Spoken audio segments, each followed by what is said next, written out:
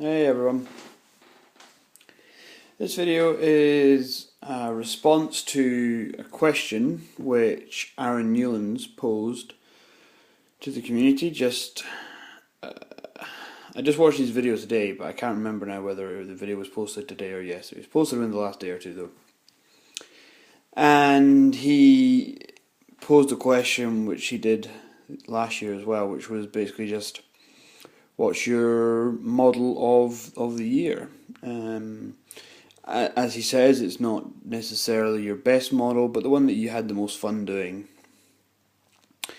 And so here is my one.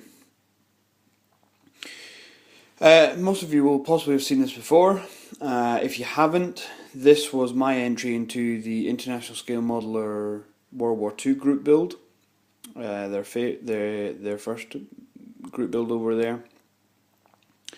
And for me, it was also it was a first for a lot of things. It was first for an entry into a group build. It's the first modelling group build I'd done. It was the first. The group builds are not a competition, but there is prizes there. So in theory, in rough terms, you could call it a competition. You know, there was a judging based on not just the quality of the model, but the overall build thread over on the forum and everything. And I won second prize in that. So for me, it was the first entry of model in any kind to some kind of judging, in which it actually then placed, which I was genuinely surprised about. It was a lot, first 1/35 scale figures for me. It was the first diorama. It was the first, having to make ground material. It was my first larger scale armor kit. It was my first use of oil filtering. It was my first use of making mud. You know, for me, this model was a lot of firsts, and I had great fun doing it. It also happens to still be one of my favourite models of the year, and verging probably on what I would say is one of my best. So I'll take you round it. Sorry, the lighting here is pretty bad, so the camera's not going to focus very well.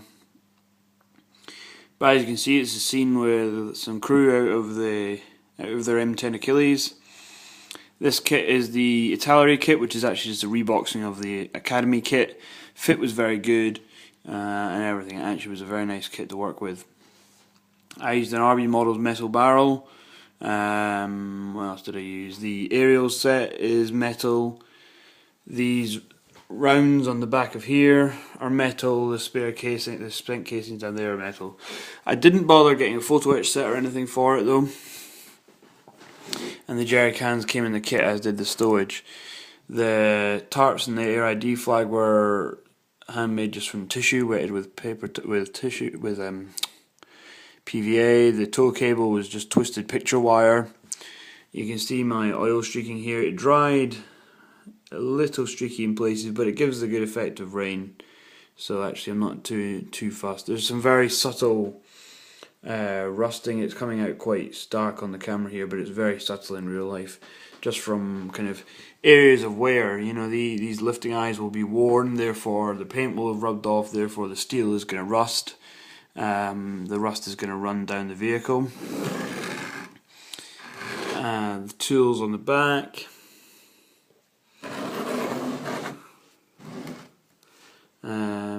Made the strap from Tamiya tape.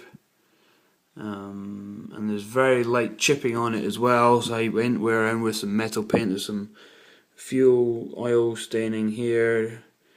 There's very light chipping just with